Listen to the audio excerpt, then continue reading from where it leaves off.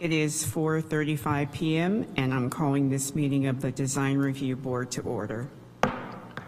Recording Secretary, can you please call roll? Thank you, Chair. Board Member Cook. Here. Board Member Huang.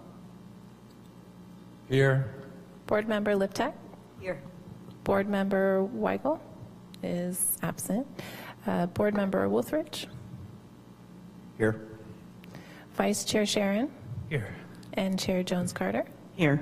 And let the record reflect that all board members are present with the exception of Board Member Weigel.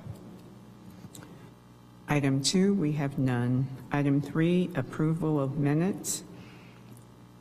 September 5th, 2024 draft minutes. Does anyone have any changes to the minutes?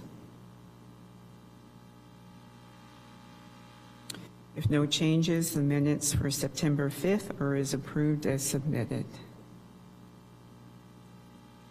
Item 3.2, draft minutes special meeting. Does anyone have any changes to these minutes? If no changes, the minutes for September 26th are approved as submitted.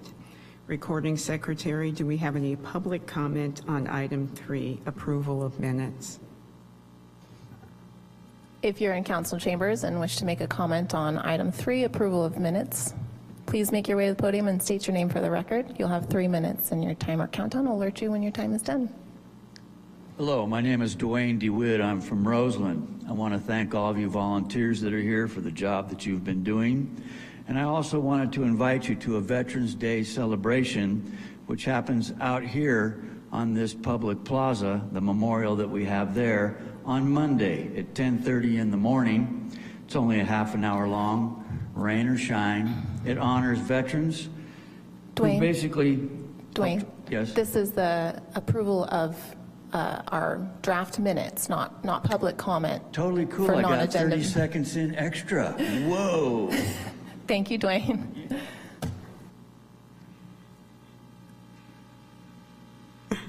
Sorry. Item 4, public comment. We are now taking public comments on item 4, non-agenda matters.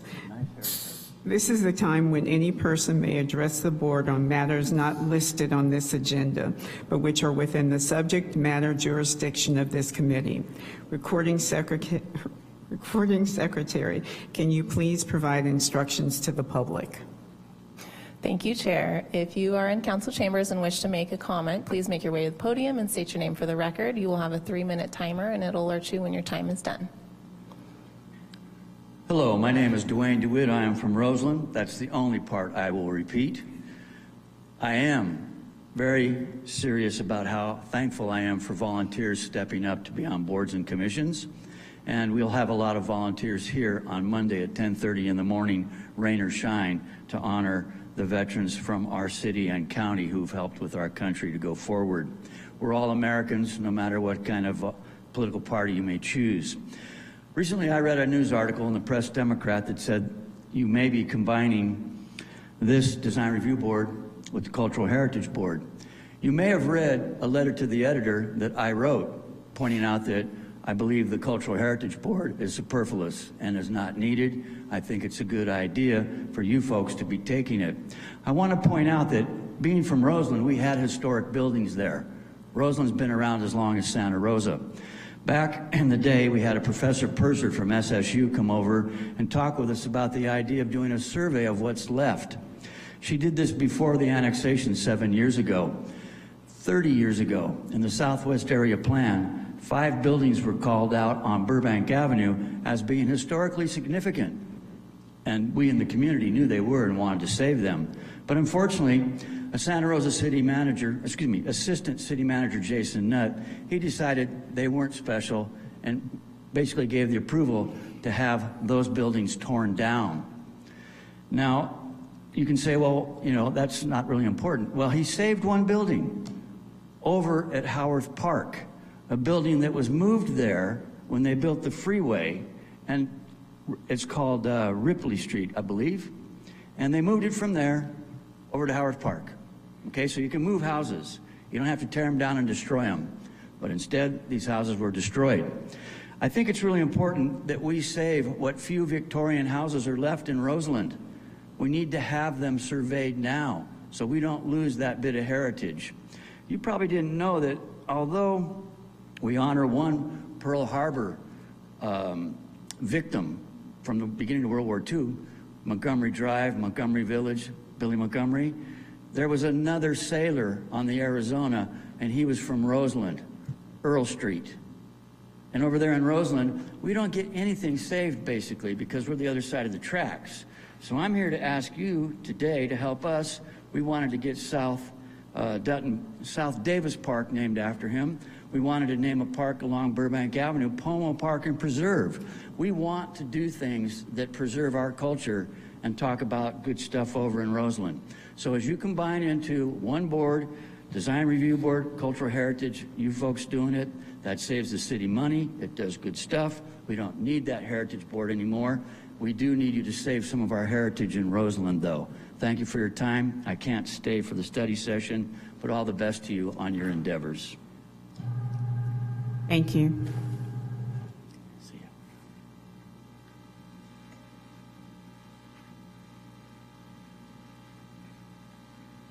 Looks like we have no other comments.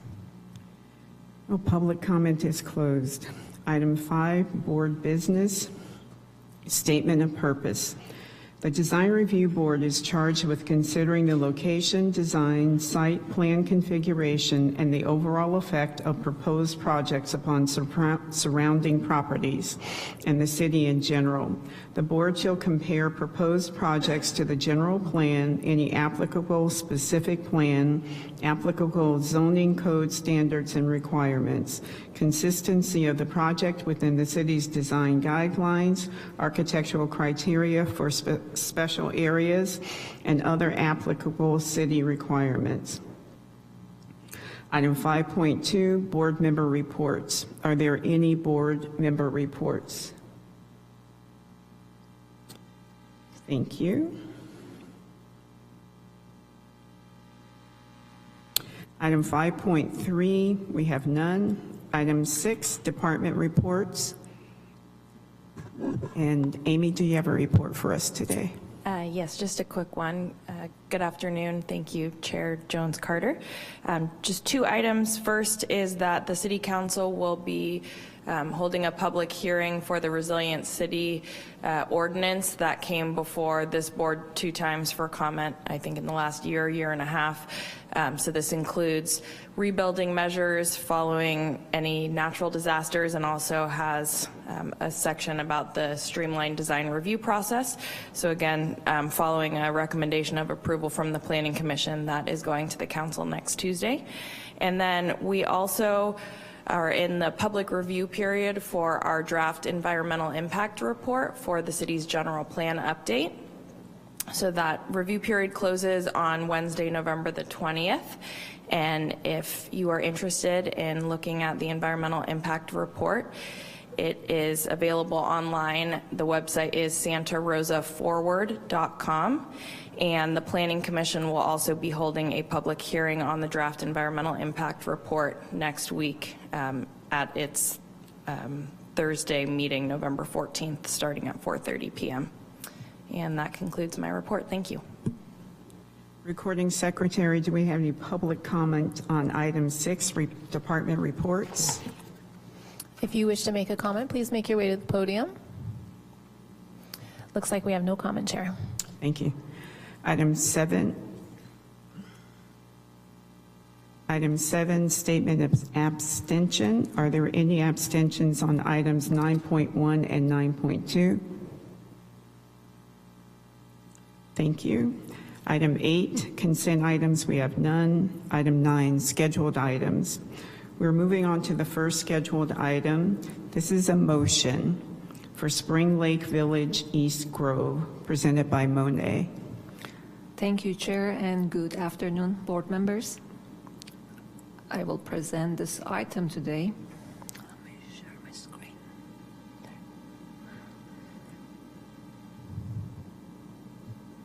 So the item before you today is one of the many steps for the Spring Lake Village East Grove project. The applicant submitted application in 2014. The project had an EIR, which the Planning Commission reviewed the draft report, and then the Design Review Board reviewed the concept design review on May 16, and the project will come back before you again for the final design review, and also it goes to the Planning Commission. So the project before you, or this item before you today, is just a motion. No decision will be made. And what our zoning code asks, is asked from the Design Review Board to provide comments and recommendation on the policy statement and plan development for the site. So again, no decision, it's just recommendation and comments. So with that, I'm going to read what the zoning code asks. So staff is asking from the board to make a determination that the proposed project complies with the findings required by the zoning code section 20-26-060, section A4B, and the city's design guidelines, and direct staff to forward such determination to the Planning Commission. The following 7 findings are the findings that are required by the Design Review Board to make recommendations. So the site is located on the east side of the city along Highway 12. The star shows the location of the site. Here is where the project site is located. There are 2 existing single-family lots on the site, on this lot, which will remain and they won't be demolished. And here is the existing Spring Lake Village located at 5555 Montgomery, shown in the blue area. And the applicant is proposing to expand the existing community care facility from that location to the new project site, which is on Melita Road and being shown with the red star. So here is the site plan. Probably on your policy statement, you had a better quality because the project file is so big here, might not you have a good quality. But the project plan here shows the proposed building sites. It shows the emergency access and the community facility. The project is expansion of the existing community care facility, which requires modification of the existing policy statement, which will include this policy statement to that. These 2 properties are connected. They will be served by the same operator, and there will be shuttle probably assisting both sites.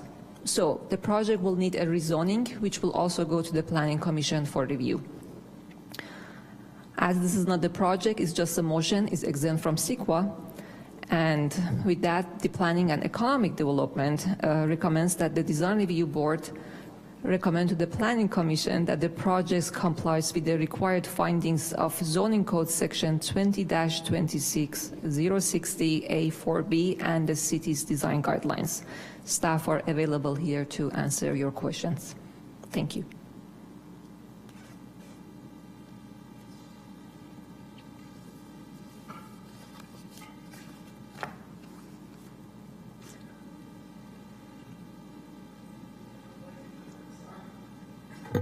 I would like to open public comment on this item. Recording Secretary, do we have any public comment? If you are in council chambers and would like to make a comment, please make your way to the podium. Looks like we have no public comment for this item. I'd like to close public comment. I would like to know if there are any comments or questions from the board. And I'll start down here with Drew. I'm just confused because maybe it's because I'm having a little iPad problem, but it says there's a presentation and then and like the presentation one's not working. Did you guys override? There's not like an extra presentation or anything, right? No. Okay. Just making sure. Okay, so then. Oh, okay. I guess I'm really confused what the motion is, because I feel like we've seen this project before, but as a either concept or, I can't remember. It was presented to you as a concept on May 16th of this year So and received positive feedbacks. Yeah, I'm not seeing like the actual project in the documents, other than like a tentative map. No, there's a project narratives with the policy statement in the attachments. Okay, maybe I missed it. Okay, let me go back and look. Sorry. I can move on to someone else. Sorry, I was late, too. If someone else has questions down here, how's that? And Drew can catch up. Michael? Well, I don't know, Drew, if you're thinking the same, I don't understand what we're motioning either. So it's a separate property from the property that they currently own, even though it's owned by the same people. It's completely separate. It's not being merged. It's not being, attached to the existing property at all. Correct. It's only expansion of the existing zone policy statement. The existing zone policy statement. Well, Susie, you want to go? Yeah, they have an existing planned development area for the Spring Lake Village, and they're expanding that planned development area, which requires a modification to the policy statement. They are not required to be connected, adjacent to each other. So it's just two properties. Actually, it's more than two properties. It's several properties that will now be part of the planned development area, and we're modifying the policy statement to address really future development. This is a very unusual, I think, when you say we don't really know what we're doing. Well, it's new to us too. We don't do much with policy statements these days. And in this case, because we're expanding the area, it requires this step coming to the Planning Commission saying that you basically don't see any issues with what they're proposing. The policy statement directs that all future development of either site will comply with permitting requirements and development standards as set forth in the zoning code for the base zoning district. So in the case of the East Grove, that would be the RR, either 20 or 40, but the RR zoning districts. So they'd have to comply with setbacks and height restrictions and allowable uses and what have you there. If I can follow up, Susie, what we're approving here is the policy statement. You're not even approving the policy statement. You're looking at the policy statement and you're making a recommendation to the Planning Commission or providing comments to them saying that you can make those findings. You don't anticipate any problems. And the list of findings, maybe Monet, if you could pull those, yeah, she's pulling them back up now.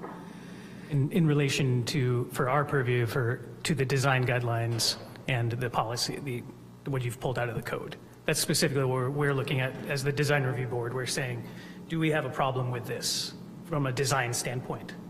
So, because everyone else will get their say too. Our purview is the design review, and so we're looking at the policy, and correct me if I'm wrong in this, but we're looking at just the idea of what they're proposing out there, saying this future development for the design review board, we don't have a problem with this, or we do have a problem if we have any feedback. We say, yeah, there's something that, raises a hackle. We can what would we have a problem with? The policy statement or the plans? The list that Monet has up there. This is kind of, from what I can tell, it's a pretty wonky policy thing. We have to going through this and just saying, do we do these things? Do we have an issue with this potential proposal? That the project that is before us does these things or doesn't do these things? My understanding is the project that is before us, It's not a project. which is not a project. It's the existing center, and then the potential expansion to this new parcel, and then we will potentially in the future see a concept again. So we're saying, does the use permit or whatever they have for the existing facility they want to expand, from a design standpoint for these things, do we have any issues or feedback on that? For that property? Yeah. For both properties. Anything that's proposed in the future after the project that's going through right now, the East Grove, those, that's what that's what the policy statement is really directing. The project This is part of a larger project. The policy statement, the rezoning to edit or modify the existing policy statement is part of a much larger project. You are not approving any project tonight. You're just making recommendations based on that policy statement, based on the 2 sites that future development would have to comply with. And basically it redirects everything to the zoning code. I thought it might be helpful too to read just a section of our zoning code. And again, we don't see this because we don't do a lot of increases to plan development community areas. That's now handled pretty much through the conditional use permit process. But this section of the zoning code does exist, and it says requirements for rezoning, a rezoning of a property to the planned development zoning district, blah, blah, blah. It gives us, must comply with these, a whole list of standards. One of those, or not even, it's more like a checklist. One of them is coming to the design review board to make sure that you don't see any issues with the way the policy statement is written for this site. So the 1-page. That's right, and it directs to the zoning code. Okay, so all future development, with the exception of the actual facility that's going through right now, which is, you saw on a concept basis, and you'll see it again after it goes to the the planning commission, and I believe the council, but the order there, we don't know yet. After the planning commission sees it, it will come back to the design review board for the actual construction of the 32-unit facility. Okay, but future development will have to comply with all standards and permitting requirements set forth in the zoning code. Can I just ask you a question? So if we look at number 1 here, preservation of natural amenities, including creeks, hillsides, and significant vegetation. So you're asking us to make a recommendation if that should move forward with the project that is being proposed. Yes and no. Policy, all right, sorry. So, yes. So as Monet pointed out, this project went to the Planning Commission, or the EIR, the draft EIR, went to the Planning Commission. As part of that project, or as part of that, or follow-up to that meeting, response to that meeting, the project was modified. Instead of spreading out more on the property, it was built up higher. And that will come back to you after it goes to the Planning Commission again. You saw that taller project earlier this year, and again, there was very positive feedback on that. So when we kind of punt and we say any future development has to comply with the zoning code, permit requirements, and development standards, part of that process includes the preservation of natural amenities, including creeks, hillsides, and significant vegetation. There's a whole lot of other stuff that process is going to look at as part of the California Environmental Quality Act and our own development standards. But yes, that's what we're asking. And because we're redirecting back to the zoning code for permitting requirements and development standards, that I'm hoping should be an easy recommendation.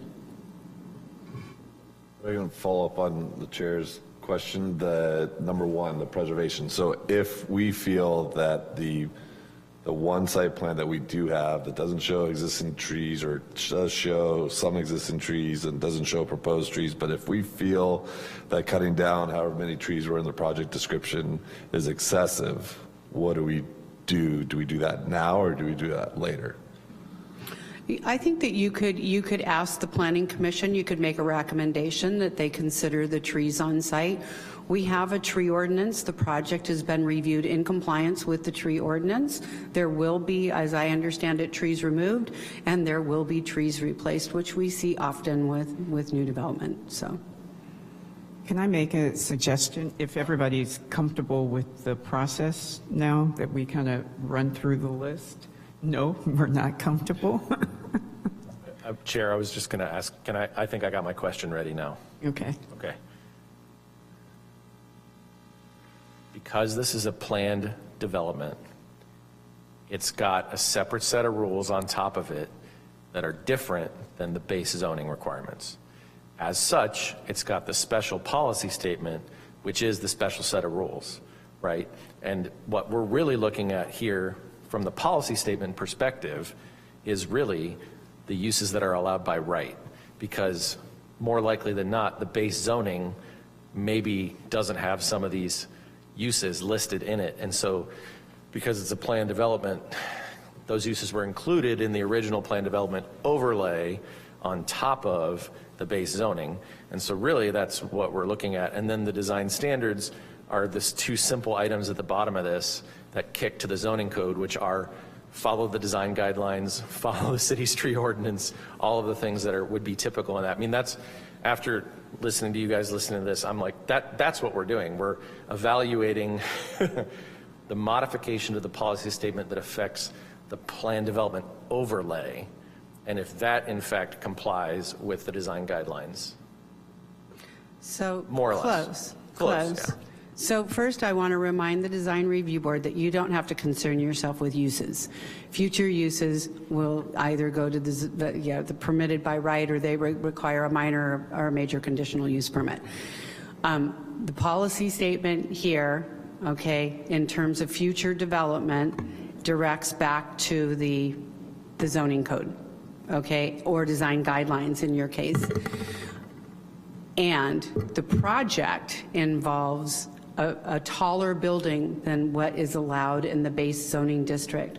So the project, when it comes forward, will be taller, and this is, the policy statement is allowing that. So what the policy statement pretty much acknowledges is what's there, what's going at the existing site, what's going to be at the new site, and what future development would have to comply with. Okay, good. Yeah, and Susie, I'm seeing like the only real like substantial thing under the design guidelines that's a variation from the base information is exactly what you're talking about. The primary structure is exceeding 35 feet, which is probably what the base zoning says, and it's saying it's bigger. And then so then that way when it comes back, it's not, we're not passing an exception, whatever. It's just, it's all good to go. It's baked in and ready to rock and roll. Yeah, okay, cool. Just so I'm clear in my head, the PD is already on these properties. On the one on the 5555 Montgomery. So That one is zone PD, policy statement. So the applicant is expanding it on the property on the Melita Road, or is it Melita? Melita, yeah. So they are expanding it on the other parcels to be, both of them will be PD, policy statement, plan development. okay, so the applicant's trying to apply the existing PD to the other parcels. Correct. Okay, that makes sense to me. And so if there's things in the PD that we don't want to be applied to the new parcels, or we want to add, some other design things to the PD, then this is our chance. Yeah. If you have any recommendation or comments, yes. Okay, thank you. Okay, do you want to just go down this list, or do people have specific things that they'd like to talk about?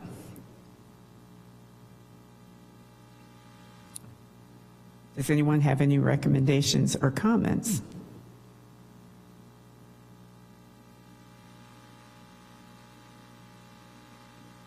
Before we go through the list? Go through the list, or if you have recommendations or comments that you would like to make. I asked if we would like to go through the list. I didn't see any affirmation here. Do you want to go through the list one by one? Design Review Board? Let's go through the list one by one. How's that?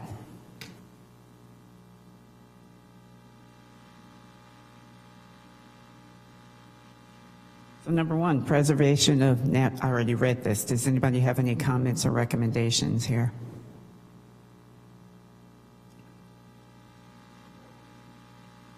Yes. I mean, I think I kind of alluded to it, but I think that the amount of trees being removed as part of this project is excessive. I don't know if there's anything we can do to change that, but I understand mitigation happens and tree removal happens, but some planning or some alternatives looked at to try to save additional trees.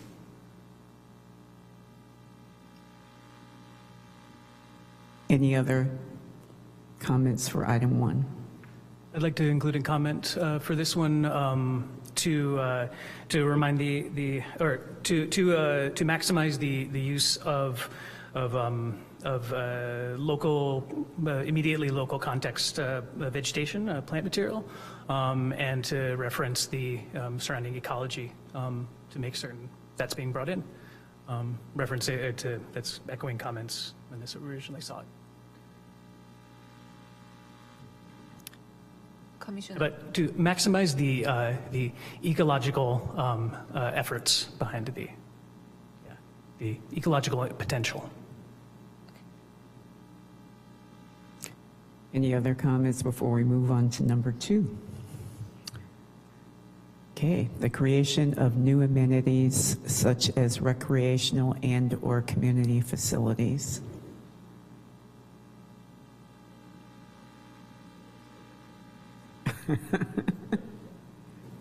Any comments? I'd like to include a comment to have the master plan to maximize the use of the entire site, to connect with the surrounding transportation facilities, for lack of a better word, sidewalks. When this originally came to us, the western portion was not fully thought through, and so I'd like to include for their new amenities to really maximize a master plan for the recreation and community gathering facilities for the facility. And item 3, I'm not going to read this to you guys. I think you can figure it out. Are there any comments to item 3? Nope. Moving on to 4.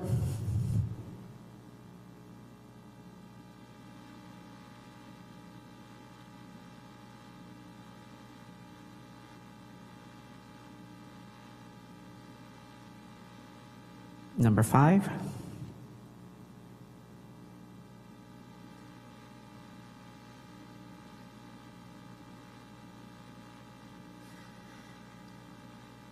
And number 6.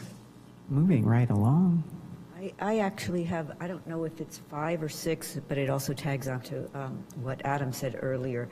The sidewalks, because this isn't, well, certainly Highway 12 is rarely I mean, I've seen people walking on it, but they don't look real safe. So I'm just wondering whether, I know there are planned sidewalks within the site, and they're great. There will be a frontage improvement also.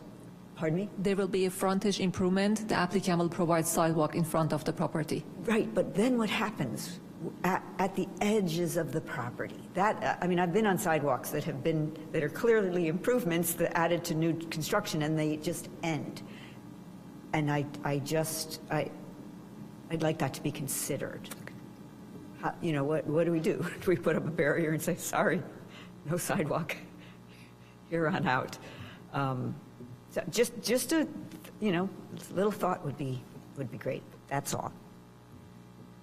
What was the recommendation, Vic? The recommendation was to consider how the improvements, pedestrian improvements for frontage sidewalk grapple with the edges of the property, because there aren't sidewalks there, right? So you have shoulder, shoulder, shoulder, sidewalk, shoulder, shoulder.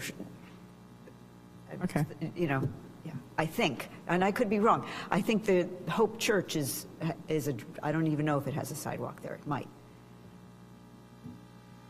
Anything else? We're moving on to item 6.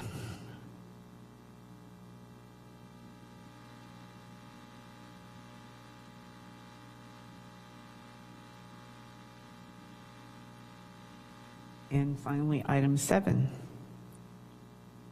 I think the only thing that we should probably consider on 7 is probably like defensible space in that area as it relates to adjacencies to the parks and whatnot in that area, defensible space around buildings. It is a somewhat high fire zone. So, and that's kind of a planning commission-esque type thing. Does anyone have any final recommendations or comments before we are done? All right, thank you very much. Is there a resolution? Chair. I move Thank you. to accept the resolution as read with the, I move to accept resolution number DRB 2024-05. Design Review Board of City of Santa Rosa makes a determination that the proposed project complies with the findings required by the zoning code section 26060A4B and the city's design guidelines, and direct staff to forward such determination to the Planning Commission for the project located at 225 Los Alamos Road, file number MJP 14-012, waive the reading of the text with the following comments as previously read. Would someone like to second? Sorry. Not sorry. You beat me, Vic.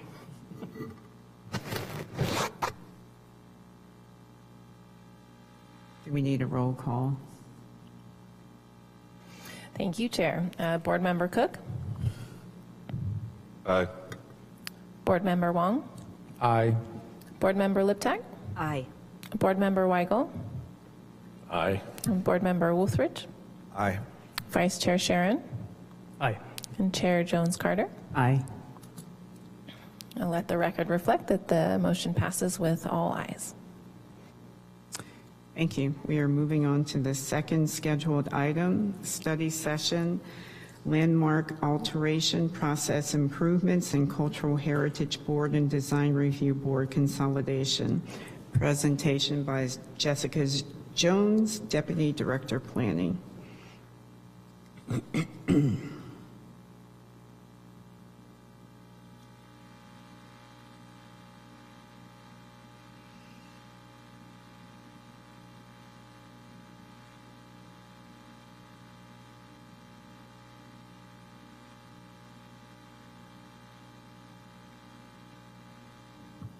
Okay.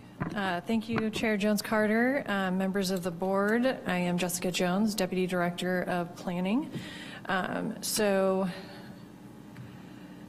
I'm going to be going through this, and certainly if there are questions as I go through this, feel free to break in. Otherwise, we can answer questions towards the end. I did get a couple questions prior to the meeting, which I will do my best to attempt to address in my presentation. So the project before you, this is a study session. We're looking for feedback from the board. This process will be going before the Planning Commission in December with code changes, recommended code changes, and then ultimately we'll go on to the City Council for final action sometime in early 2025. But what we're looking at here is proposed amendments to our zoning and municipal code, as well as the processing review procedures for owners of historic properties, to do two main things. One is to streamline and enhance our landmark alteration permit process, and that would be for any of the properties located in one of our preservation districts, as well as our designated local landmarks. And then the second piece of this is looking at consolidating the Cultural Heritage Board and the Design Review Board duties and composition into a single Design Review and Preservation Board. So just going over a little bit of brief history. As some of you may recall, in May of 2018, the council adopted the Resilient City Development Measures. Included within that document was provisions for reduced review authority to streamline the design review process, which I think you all are familiar with. As we've been going through that process since 2018, we've really been looking at how that's working and how it might work for other permitting processes that we have here in the city. One of those that has come up recently is the landmark alteration permit process, which has not been looked at or revised since it was adopted into the code in 2004. In addition to looking at that landmark alteration permit process, we've also been looking at our existing boards, commissions, and committees citywide for potential consolidation to address our city resources as well as redundancy amongst our boards and commissions. And so that, again, led us to really looking at our Design Review Board and Cultural Heritage Board. As we were doing that, in July of 2024, during a regular Cultural Heritage Board meeting, which again I think you all are aware of, we had a number of members of the Cultural Heritage Board identify concerns related to a recent increase in landmark alteration permit fees. The council took a real comprehensive look at our permitting fees through an updated fee study and adjusted our fees to try to address the full cost recovery of staffing time as we review these permits. And they looked at the full gamut of things, from planning permits and building permits to our engineering permits. Part of that was an increase in our landmark alteration permits, which had previously been significantly subsidized. The council chose not to subsidize landmark alteration permits at that time, so the fees went up quite significantly, and there were concerns raised by the Cultural Heritage Board. Following that meeting, 5 of our board members did submit written resignations, and so at this point we have 2 members that have not submitted written resignations.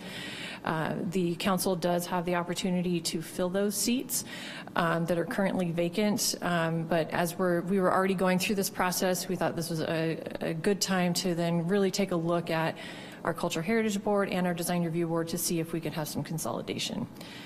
So that leads us to where we are today. So I'm going to be walking through the proposed amendments,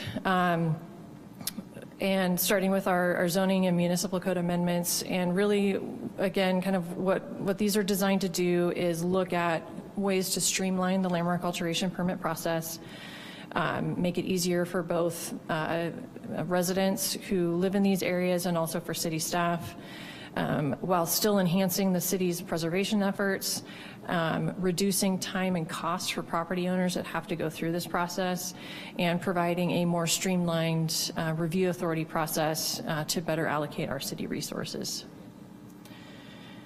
So walking through the proposed amendments, so for the landmark alteration permit process, they really fall into kind of 4 categories. Exempt, items that are exempt from the landmark alteration permit process, and then right now they fall under 2 permit categories: minor alteration permits, which go to our zoning administrator, and major alteration permits that go to the Cultural Heritage Board. What we don't have for landmark alteration permits that we do have right now for the design review applications is a director level, which is really kind of at a staff level. It's still discretionary. Same findings have to be made. We go through that process, but it is done at a staff level, which is much more expedited and has a lower permitting fee.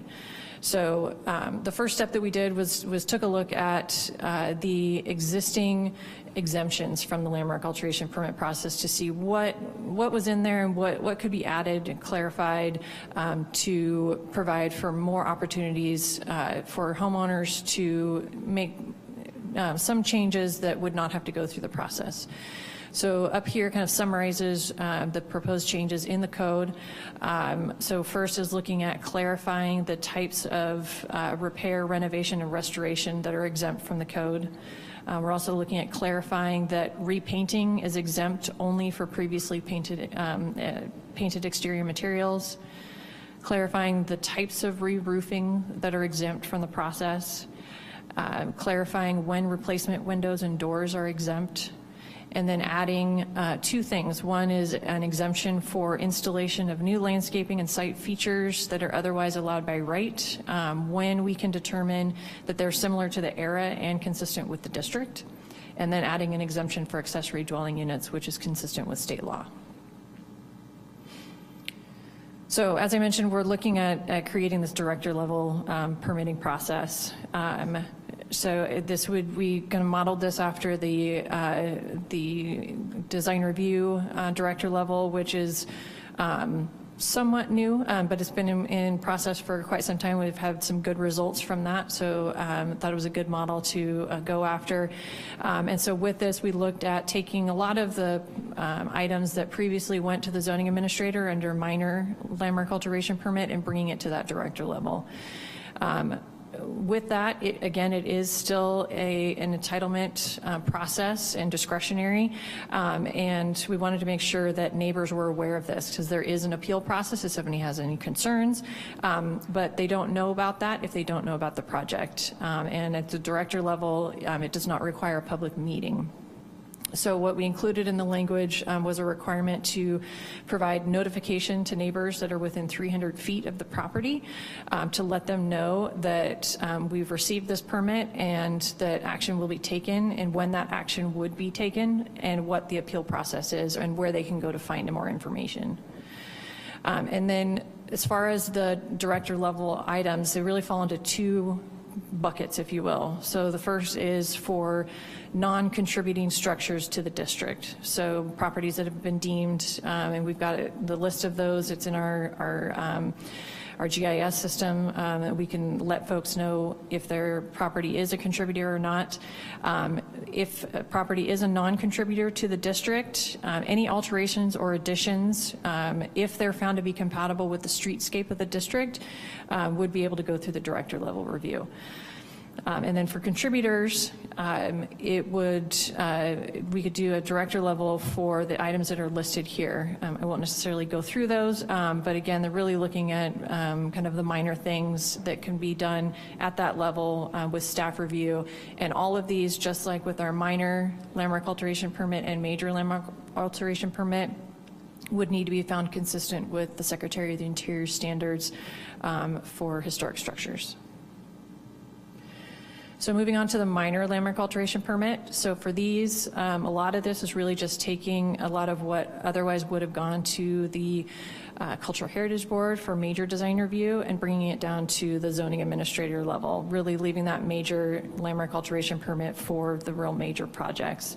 So looking at painting of previously unpainted materials, if there's no impact to the district, changes in roof line, if there's no impact to the district, fences taller than allowed, and so on. So there's a bunch of items listed here. Happy to come back to this and go over it in more detail if you have specific questions. And then finally, for the major landmark alteration, as I mentioned, really leaving it for those more substantial projects, large new developments, demolition of a historic building, those types of things. So when we looked at the proposed changes to the code, we discovered we actually have two sections of our code, one in the municipal code and one in the zoning code, that are almost identical. So chapter 17-22 is historic and cultural preservation, which is nearly identical to chapter 20-58, which lives in our zoning code, which is also historic and cultural preservation. So the 17-22 was adopted by the City Council in 1988 and was last updated in 1996. What we have surmised is that when the code was comprehensively the zoning code was comprehensively updated in 2004, and that chapter 20-58 was added, that it was probably intended to remove chapter 17-22, but it wasn't done. There were just a few minor things in there that did not transfer over to 20-58, so we're proposing that those be brought over.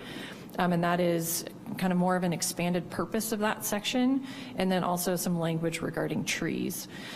So we have added those pieces to chapter 20-58 with this amendment. And then we'll be suggesting that rather than just completely eliminating Chapter 17-22, adding in language that references to the zoning code so we don't have duplicative information. Okay, so now getting to the consolidation of the two boards. As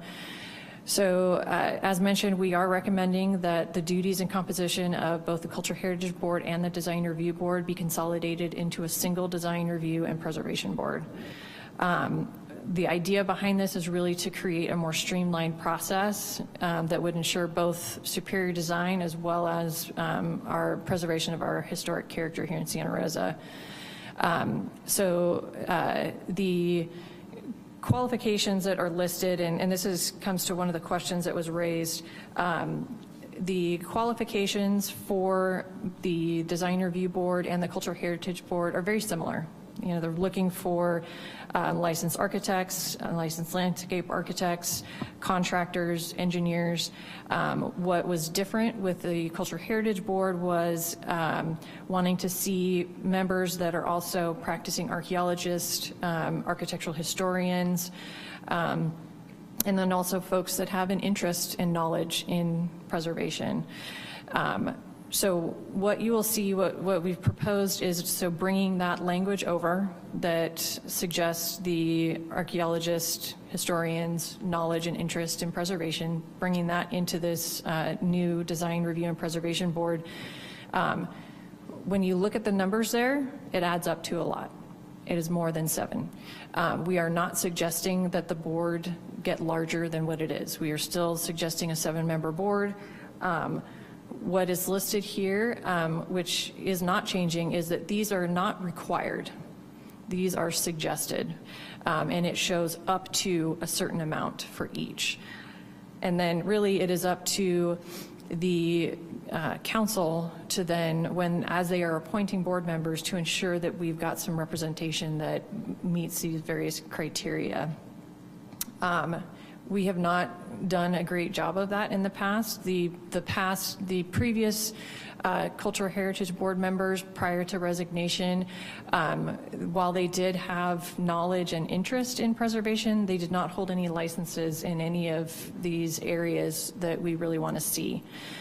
So what we will be doing as staff is looking to work with the city clerk's office to update the application for these boards to really emphasize that, and then also work with the council members as we have vacancies on the board to ensure that we've got representation across the way. The other piece of this was training. So, you know, there's a concern about training for both staff in preservation, but also the board. Our department does have funding for training, and so we will be looking for opportunities to provide training to both the board as well as to our city staff, in addition providing you with the resources that you need, which will include copies of the Secretary of Interior standards and such. The other piece of this I do want to mention is the city for many years, at least as long as I've been here, since 2006, probably long before, has been considering applying to the state to be a certified local government through the historic preservation section of the state. That program would provide the city with opportunities for grant funding for the purposes of preservation. It has not been a priority of the council in the years that I have been here, and so it's not something that we have had resources to pursue. However, we do know that preservation is important here in Santa Rosa, and so we want to make sure that we remain able to apply for that and competitive. And so one of the things in that is the makeup of the board. So as we put this together, we looked at the application requirements for that program to ensure that the changes that we were proposing were still in line with the requirements of that program, and as drafted they are. So the city would be able to, if we wanted to pursue that in the future, be competitive for that program. Okay, so the other piece of this is the processing review procedures for owners of historic properties. And so that is a separate document that the city has that is really a reference document. It was not intended to be a policy or a regulatory document. When it was written, it was adopted by the council in 2001. It was consistent with how we processed things back in 2001. But we've had a lot of changes since that time, and so that document has not been updated in nearly 24 years. So it is quite outdated. The idea with this, because it is not a policy and regulatory document, we really want this to be something that we can update and maintain as needed, as changes are made through the process, so that we can really provide property owners, developers, and others who are using this with good information that they can use as they're making changes to their properties. So we are recommending that it be updated now, but also that the council include some language in the zoning code that would allow the director to make further changes without having to go back to the council to update that document, since it is a council adopted document. So for notification and outreach, we wanted to make sure that folks were aware of this process that we're doing. So while study sessions are not a public hearing and typically noticed, we did place a notice in the Press Democrat to let folks know about this particular meeting. We also provided information on a project website that was developed that includes links to all of the documents, as well as the dates. So we had the date of this particular meeting. We've got the date for the Planning Commission meeting in there. We have not set the council date yet, so that will be forthcoming, but it is identified in there as upcoming. We also sent email notifications to everybody who has signed up for both Design Review Board and Cultural Heritage Board notifications, letting them know about this meeting and then about the website where they can find more information. We sent information out through our various social media channels, and then we also did some outreach, in particular with 2 former members of our Cultural Heritage Board, as well as a member of one of our preservation districts. So with that, we are recommending that the Design Review Board, again, provide comments on the information that is before you, which will be passed along to both the Planning Commission and ultimately the City Council. And I am here to help answer any questions that you may have. Thank you. I'd like to open public comment on this item. Recording Secretary, do we have any public comment? If you wish to make a comment, please make your way to the podium and state your name for the record. You will have a 3-minute timer, and the countdown will alert you on the screen when your time is up.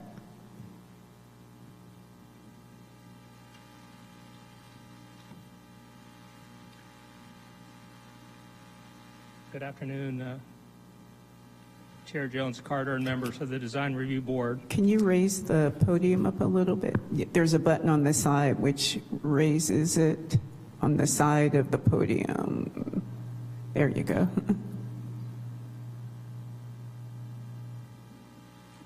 Okay, that better? Yes, thank you. Okay. Good afternoon, Chair Jones-Carter and members of the Design Review Board. My name is Brian Muser. I live at 403 Brown Street in Santa Rosa. I'm the past chair of the Cultural Heritage Board. In 1988, the City Council passed the Santa Rosa Historic Resource and Preservation Ordinance. Through this ordinance, the Cultural Heritage Board was created. In 1989, the Cultural Heritage Board initiated a cultural heritage survey known as the Bloomfield Study. Between 1989 and 2008, 8 historic districts and 22 landmarks were designated by the Cultural Heritage Board. There have been no additional districts or landmarks created since that time, and there most likely won't be in the foreseeable future. This is why it's imperative that we take responsibility to preserve and protect what we currently have.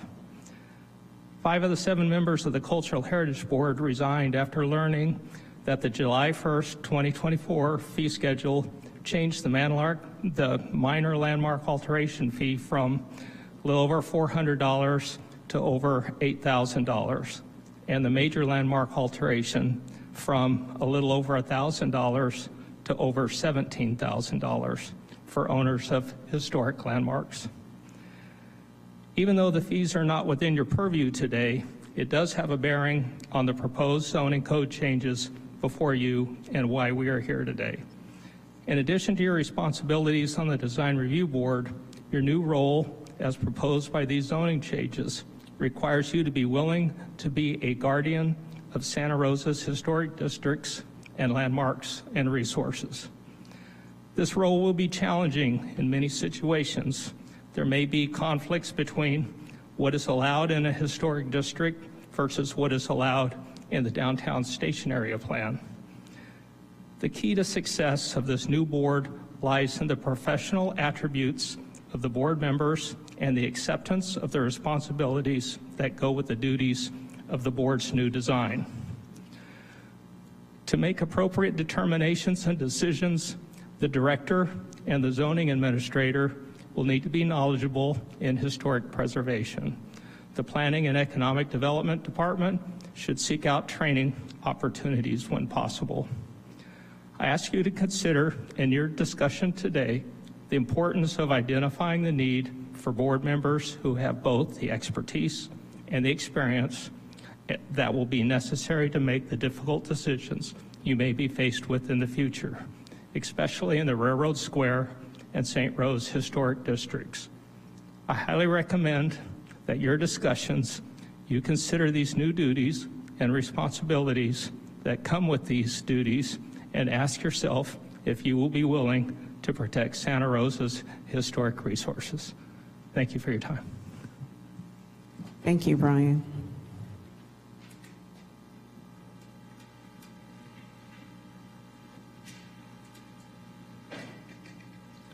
Hi, everybody. My name is Denise Hill, and I live at 317 10th Street in the St. Rose Historic District. I wanted to address this change that's being proposed to combine the CHB with DRB. And while the proposal does definitely have merit, because it will reduce the turnaround time for historic homeowners' applications and the review and permit process, certainly the increased fees, which are not something you're deciding tonight, need to be addressed, because there is a saying, and I live in a bungalow in the historic district of St. Rose, that the bungalows are for the newlywed and the nearly dead. And it's true. Our neighborhood is all young families and seniors.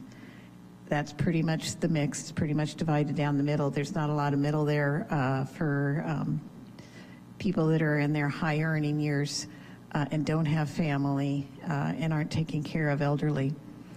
So that $17,000 fee and even the $8,000 fee means that most of the historic applications would not be submitted, or, well, they probably wouldn't be submitted. That's the unfortunate thing, that it would be done in the dark of night or on the weekends. But I do want to get back to the purview that you're being tasked with this proposed change, and that is it will undoubtedly alter the way members of the Design Review Board need to consider projects. If it goes into effect, members will be tasked not only with reviewing contemporary building designs to make sure they are complementary to a historic streetscape that they may be nearby or on, but also with the important mission of protecting and preserving the city's historic architecture and preservation districts. Because most historic districts and buildings are concentrated downtown, it may seem like there are lots of historic structures in our city. In reality, the amount of historic homes and commercial buildings makes up a very small percentage of the total structures in the city. For example, the city has over 63,000 residential structures, while the St. Rose Preservation District has less than 100 residential and commercial structures that qualify as historic contributors and would come under your purview. And it's a very small amount indeed. There was, of course, a much larger amount of historic structures prior to the freeway being constructed in the 1940s and the push for urban renewal in the 1960s. Unfortunately, we continue to lose historic structures and experience contemporary designs for commercial buildings that aren't sensitive to the surrounding historic streetscape. I'm hoping the proposed design review and Preservation Board will make sure that this doesn't continue. Thank you. Thank you. Good evening. My name is Veronica Cruz, and I'm at 738 Pine Street in Burbank Gardens. I have lived at my house since 2010, and I'm here just as a regular homeowner who is very concerned about the cost of landmark alteration fees that are proposed, or actually they're not even proposed, they were passed. No one invited us to the party. No one asked us what we thought. We didn't get a voice in this decision in any kind of way. And it's really upsetting when I love my home, it's small, it's pretty, and I'm doing everything I can to bring it to its glory, its past glory. Not every house in a historic district is like the ones on McDonald Avenue, which I wish I had one of those houses, but I don't. But I do love my house just the same. It is ridiculous, the fees, how much they increased. I'm just shocked that nobody read a little further down the page.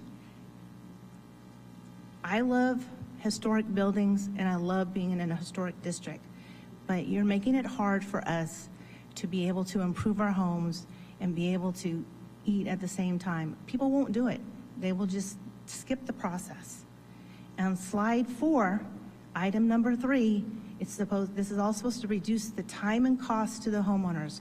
I want you to remember that, because that's in your plan, and you need to invite us to these hearings.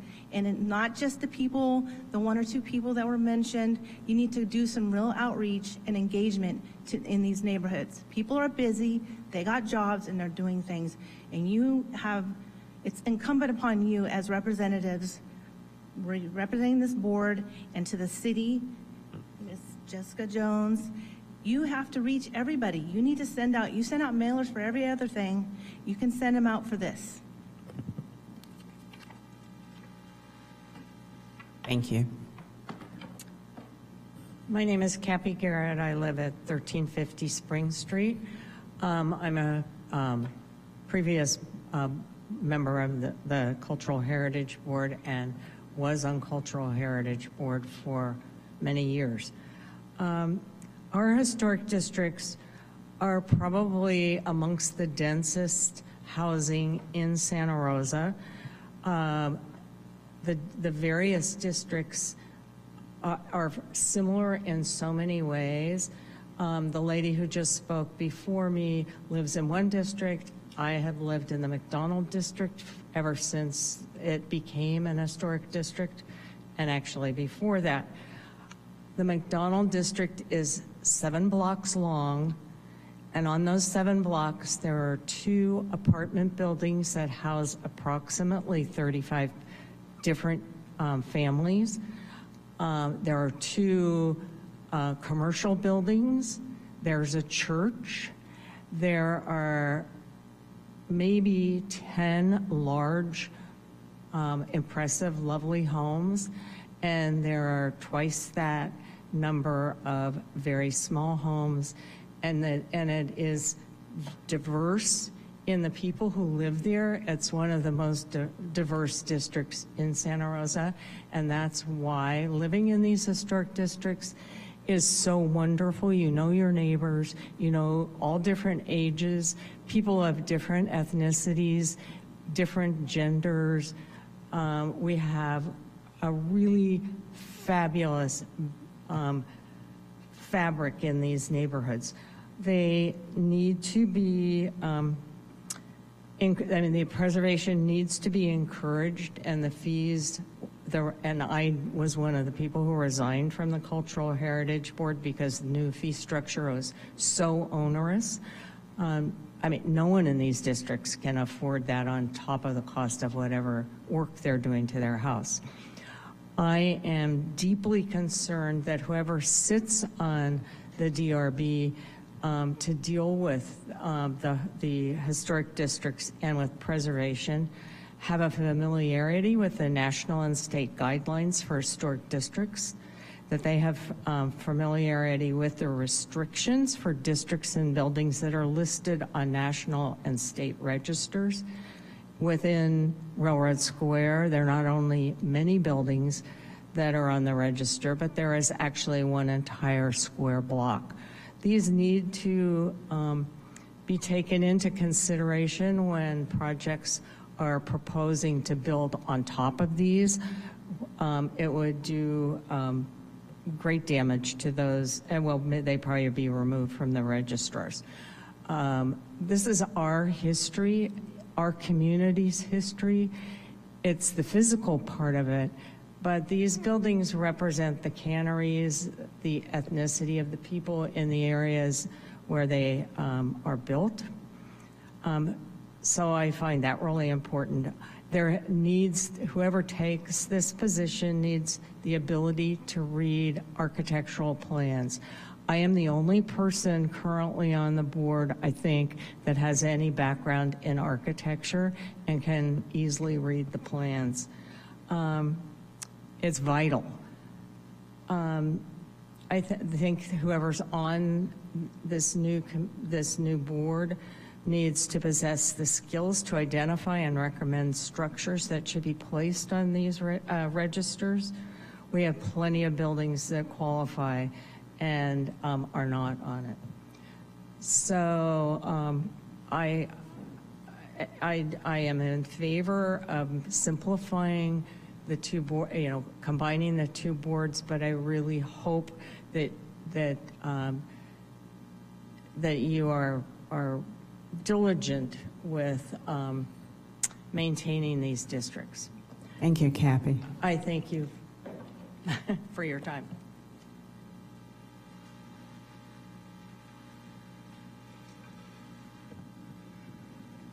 Hello. Hello, Chair Jones-Carter. Good to see you again, Henry, and my other friends on the board. This is, my name is Mark DeBacher. I live at 711 Howard Street in what I hope to be the future Benton Addition Historic District.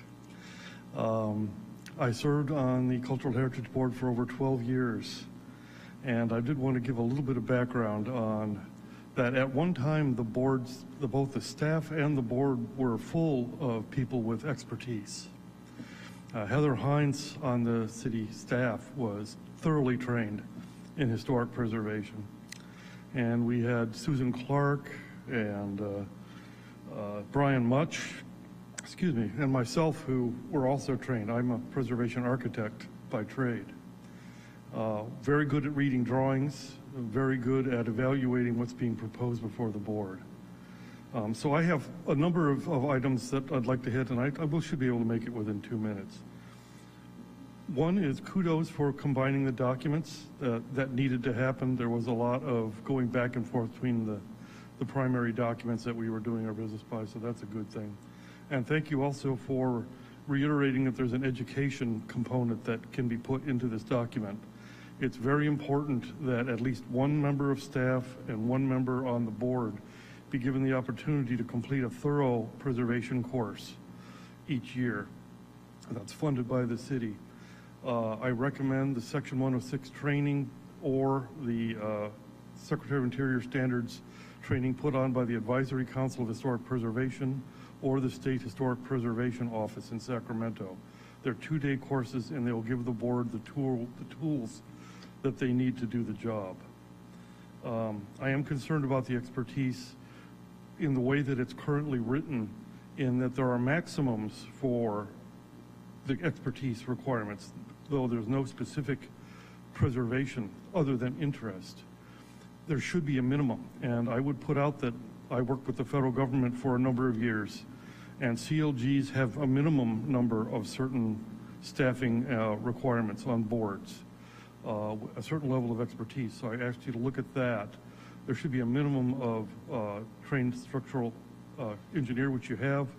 There should also be a minimum for at least one preservation architect or someone with similar types of background on that board. They have other requirements in the current CLGs which will need to be investigated. New districts. I'm going to list off the things that I want to touch on. I've touched on education already. Qualifications I've touched on. I'll touch on that briefly again. And code enforcement. I'll start with the code enforcement. With these new higher levels of fees, people are going to be doing the work without permits. There needs to be some integrated process between the board and code enforcement and to be able to get news to them of projects done without. New districts. The language that was in the previous documents about creating and maintaining districts is gone. I would love to see that put back in for new historic properties and new districts.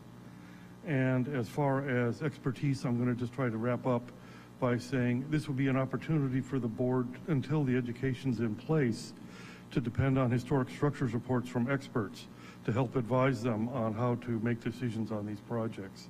And I urge you to consider making that something for both the directors, minor landmark permits and major permits, to get some sort of expertise to help guide those decisions. Thank you very much. Thank you, Mark.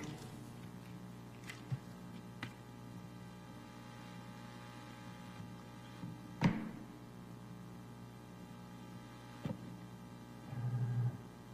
want to be able to see you all. Hello. My name is Lauren Golden, and I live on Shanate Road here in Santa Rosa. I have not served on the previous Cultural Heritage Board, but I am a architectural historian professionally, and I live here in Santa Rosa. I went to graduate school in Charleston, South Carolina, which is a wonderful laboratory to learn about the power of historic preservation. I've served on architectural review boards in both Massachusetts and Pennsylvania, and I now work at the Presidio of San Francisco.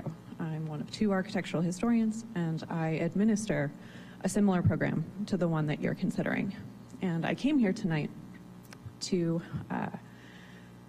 express my understanding and agreement in the need to streamline and consolidate review processes for homeowners, but to caution you, and I'm very relieved to hear the advice from the previous Cultural Heritage Board members that I strongly agree with, that this consolidation is not feasible, practical, or good for the historic buildings in Santa Rosa without the expertise that has been mentioned before. It really is a particular special skill set administering historic preservation. You have to be able to evaluate significance and then integrity. And if you don't know where those two intersect, I suggest training. Not only reading building plans, but understanding that there is a special set of the California Historic Building Code that helps you negotiate the points of conflict between current building code and retaining historic integrity. I'm excited to see that the city is using this potential consolidation as an opportunity to reconsider and revitalize, for lack of a better term, the existing historic preservation practices within the city. And I cannot stress enough my professional opinion of the value of certified local government status. It, again, provides grant funding that solves the administrative gap that the city is saying that we don't have CLG because we don't have capacity, but getting CLG status gets you assistance in capacity. And then the other thing I want to mention is California has a very unique program, unique in the nation, to help with the financial burden for historic homeowners. It's called the Mills Act. And if you are a certified local government, you can administer a Mills Act program. And what that does is it offsets taxes for historic homeowners who are doing improvements, revitalization work to their homes that comply with the Secretary of Interior standards. And that can be a way to offset the cost. But again, that requires staffing. And so the city's investment in historic preservation as a planning program reaps benefits to the local homeowners if they make the investment. So thank you. Thank you very much.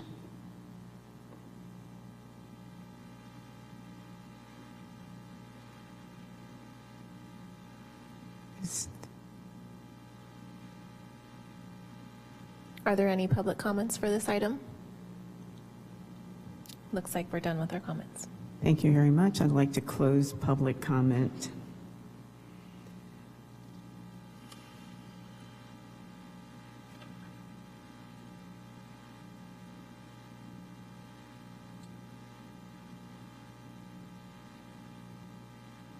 shall we begin?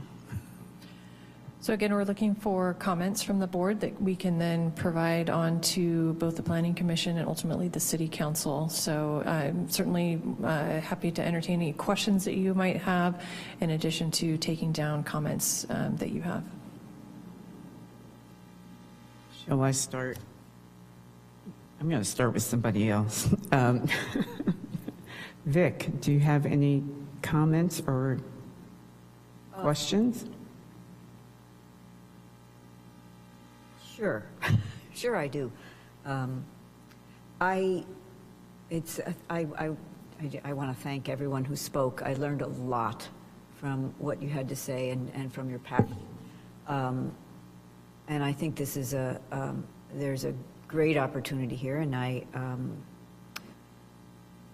and it requires more than just seizing an opportunity, like doing it carefully and doing it well. I did finally get through the amendments to the zoning and municipal codes and figured out there was a duplication. That simplified what I was doing.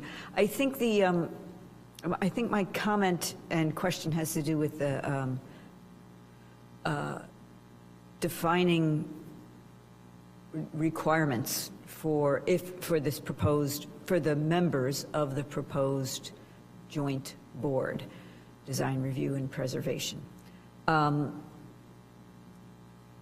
they are, and I recognize that they're attempting to align with the CLG, right? That's the right acronym, right? CLG? Oh, thank you.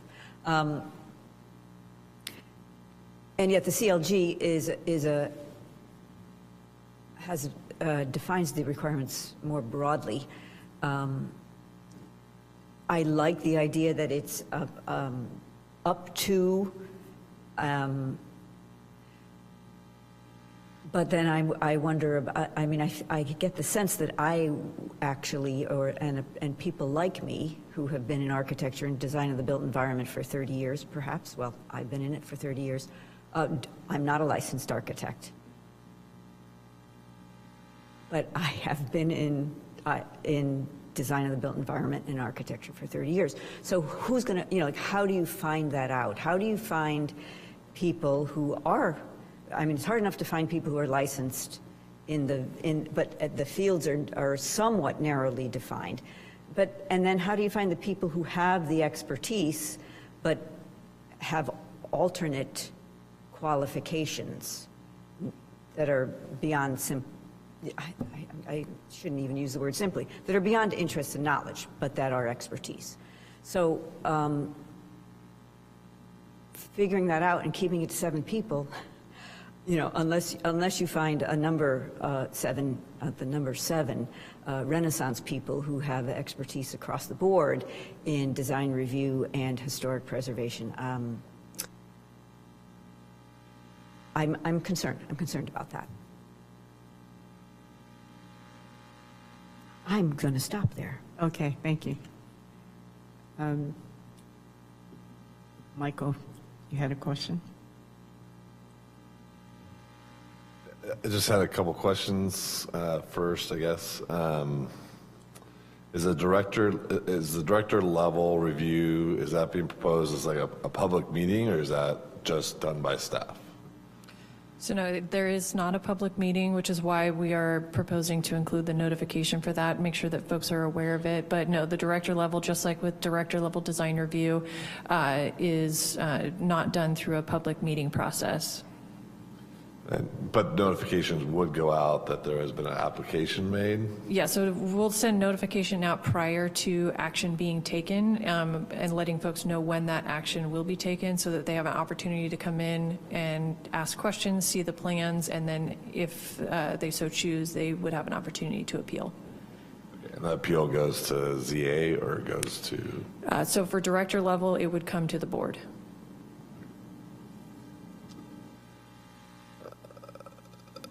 And then I had a question. I completely understand the archaeologist qualifications for Cultural Heritage Board, but I would, I guess, be concerned that taking a spot with an archaeologist on design review would not always be applicable for a lot of the things that we're looking at right now, currently for design review. And so I believe someone publicly commented that maybe potentially we could use consultants that for the newly formed board, like with either historical expertise or archaeological expertise. Like, would that be an option for this process?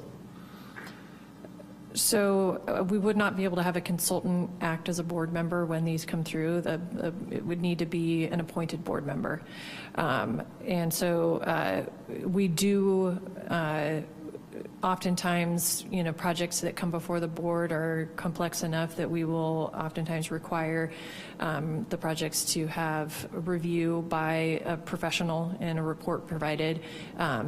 As that is needed, we would require that of applicants, so you would have that information. But we agree with all the comments about the training that, we will make sure that if this is approved by council with this consolidation, that the board is provided with appropriate training.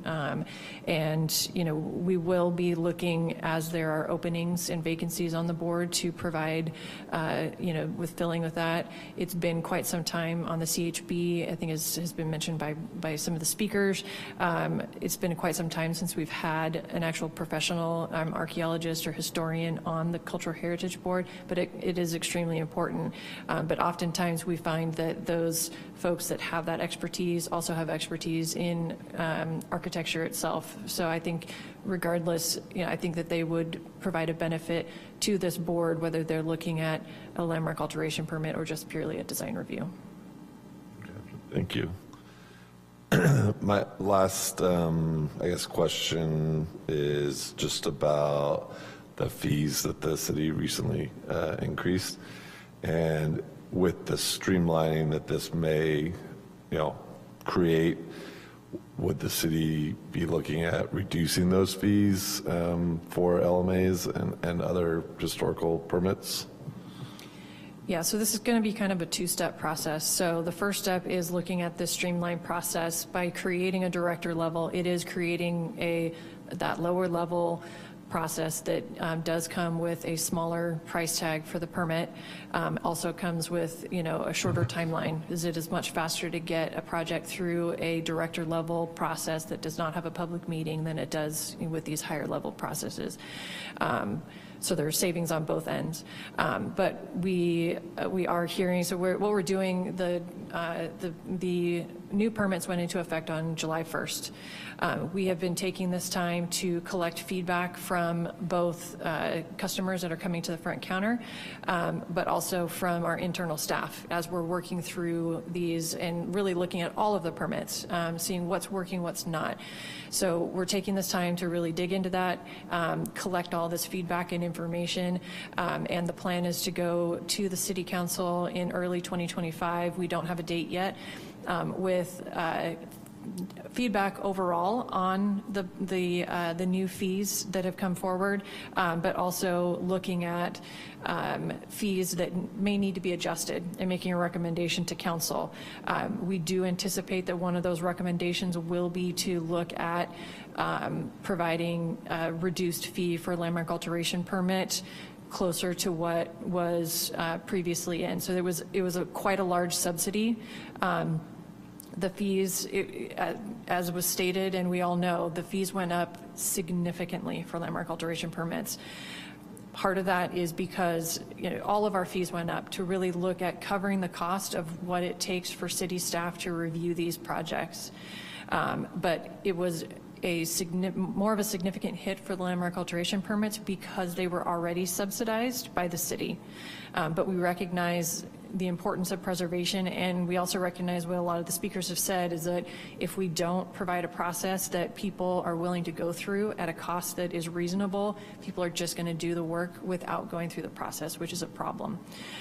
So we do anticipate recommending some sort of a subsidy. What that is going to look like, we don't know right now, but we will be bringing that forward.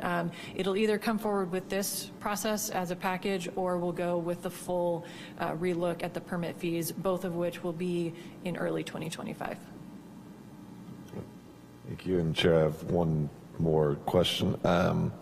So the what's currently happening with LMA permits? If they needed to go like a major LMA permit, and then if this process, like let's say we said no, we don't like this, what happens then?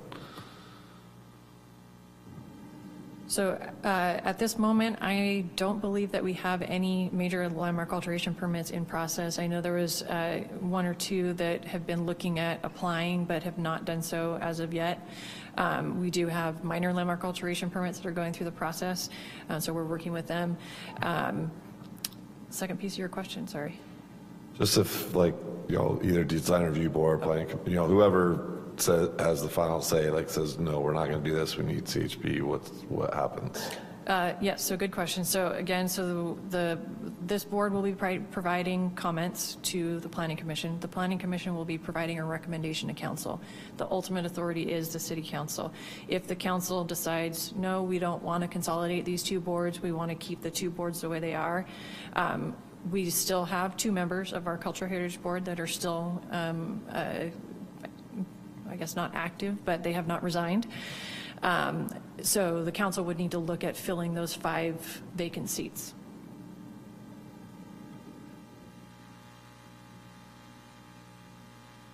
Ernest, do you have any questions? I think I was just looking for a clarification. So anything that was going to a director level review is what would end up coming to design preservation review board? So we currently don't have a director level. Okay. We're proposing to create that. So projects, a lot of the projects that otherwise would have been a minor landmark alteration, which would have gone to our zoning administrator, will be moved down to the director level. A lot of what had previously gone to the Cultural Heritage Board will be directed to the zoning administrator, really leaving truly major projects going to the Cultural Heritage, or to the new Preservation Board. The other caveat to that is that if through both the director level and the zoning administrator level, if it is determined that with all the information provided that both either the staff or the zoning administrator don't feel that the findings can be made, any of those can be elevated to the Cultural Heritage Board level, or the Preservation Board level. That helps, thank you. I think just in general, for my comment, I would have concern about, it does feel like introducing a kind of a niche thing to Design Review Board, which I don't know if, we're a volunteer board with people with a kind of a diverse background. That might not necessarily align, and I think even with an educational component, even if we look at what an architect might go through like ARE exams or whatever, what's covered for historical components is very minor and broad, and to all the architects I work with, to introduce something of a historical component or review, I don't know that they'd be able to provide solid, deep, impactful feedback. So I think there is concern that there's recommendations for what qualifies someone to be on that type of review board. I know we still only have recommendations of having architects or whatever, but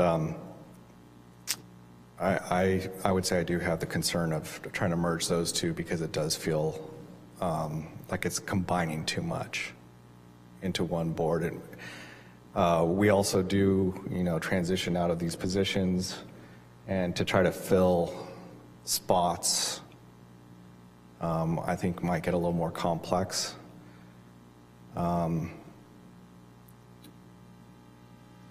Yeah, I would say there's concerns. That would be my statement. Thank you, Ernest. Drew, to you. Thanks, Melanie.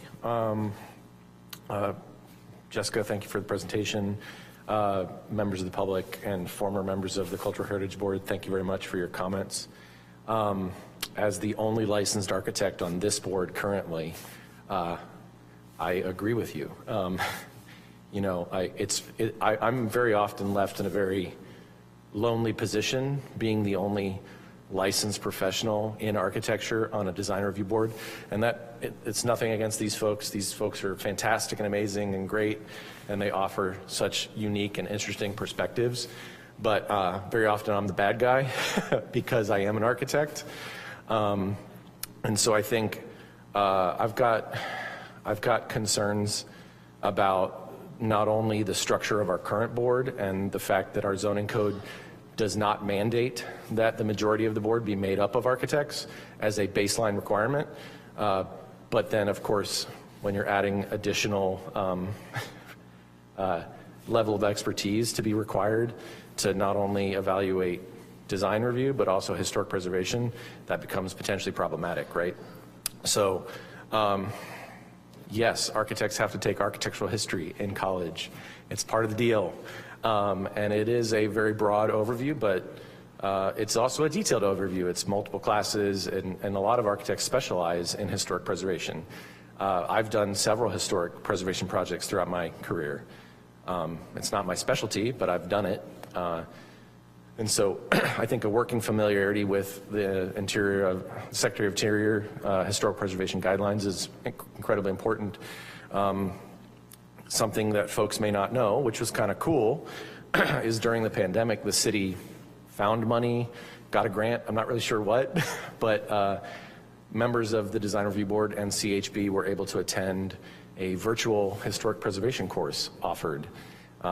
California Historical Preservation Foundation offered it, and it was a really, I got to go, and it was fantastic. It was an all-day thing, but it was virtual, which was neat, and I learned a lot of new stuff that I didn't know before, so that was fantastic. I think bringing those types of things back would be great. So I have a problem with should and shall in the zoning code, and I have a real issue that I'm the only architect, and it's troubling.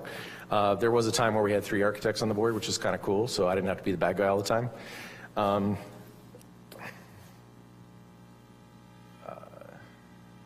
One structural thing I saw, Jessica, on the language in section 2060-060, and I think this might provide some clarity. It's on page 70, I think. It's the item 3 that added all the new stuff that says practicing architects, and then it has like up to 5. It's like all bundled together. I think it should be if this gets moved forward, it should be broken out, right? So the item 3 should just say up to 2 members should be practicing archaeologists, architectural historians, or historians. And then the second piece that says at least 5 members should have demonstrated knowledge or interest should be item 6, right? So like that way you're defining like the baseline qualifications, and then you're saying, and by the way, we want 5 to have an interest, right? And I read through the CLG stuff, and the way the CLG stuff is written, it's kind of written that way, and then it's got like application pages, right? And it's like this or this, this or this, this or this, and then you demonstrate how you meet those requirements to unlock that funding, which I think is kind of cool. Mike asked a question about fee reduction, which I think is super important. I had a question, I think your presentation was a little wrong on this, but the text is correct, and it was about roof lines. Changing a roof line is a major deal, but the text says it in a way that says, if it's determined to not be an impact on the historic district, which I think it clears that up. So the quick summary in the presentation I think is a little misleading. And then, but I think, by and large, to try to provide predictability and a process that is streamlined to, the city's customers, right, which would be members of the public, developers, whatever, that I think is super important, and that's what this is aiming to get at, which is, a board that does handle everything, which is nice and would keep the board very busy throughout the year, I think, because when there's not design review, then there's historic preservation stuff to handle.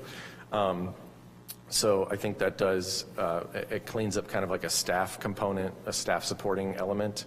But again, I think to what the members of the public said, you know, the staff would need to be then trained, right, kind of dually, which is a burden on staff. So, yeah, I would leave you with, I am not a fan at all of saying, yeah, we could maybe establish the board like this.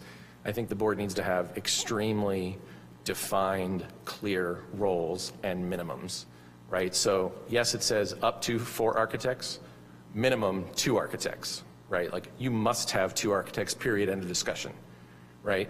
If you have a historic preservation component, you must have an architectural historian, period, end of discussion, right? Like that's how you get this over the hump. This is a subject matter expert board. It's not a board to jump to higher office. It's not a board to run for city council. It's a subject matter expert board, and it should stay that way. It is that way, and that's how we serve the members of our community, by making sure that this board has local subject matter experts serving the community. I think that's why I joined the board 8 years ago, and part of why I'm leaving is that we've lost that. So, thank you. Henry, do you have any comments to make? Yes, I do. Well, first of all, thank you, Brian, Cappy, Mark, and others for making your comments. I personally served on the Cultural Heritage Board, and I think the Cultural Heritage Board and the Design Review Board have different objectives. I like the idea of streamlining it for the residents or for the applicants, but I think it's going to be very difficult because the level of expertise that's required for the Cultural Heritage Board is different than what's required of Design Review Board. One of my questions is if the fees are reduced so that more people are willing to apply, would the Cultural Heritage Board, for the members who resigned, would they be willing to come back? And if we were to combine both boards, how does that impact the CLG and also the Mills Act? Because I think those are really important things that as a city we should try to obtain or attain. Another comment I have is it seems like, you know, the combination of boards and the streamlining of this process, we're giving a lot of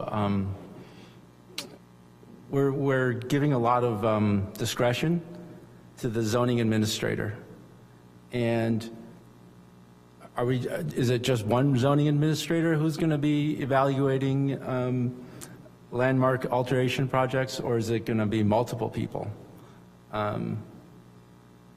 Because when I served on the Cultural Heritage Board, I felt like the people on the board actually, you know, really cared about the preservation of the historical districts, and I think that's important that the zoning administrator would also have those same values.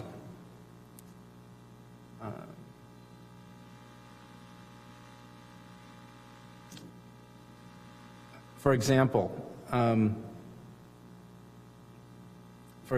if, you know, there was some reference in this presentation about original era. Some of these homes are 150 years old, you know, and they've been remodeled 3 times. Maybe originally it was a Victorian, and now it's, you know, some other type of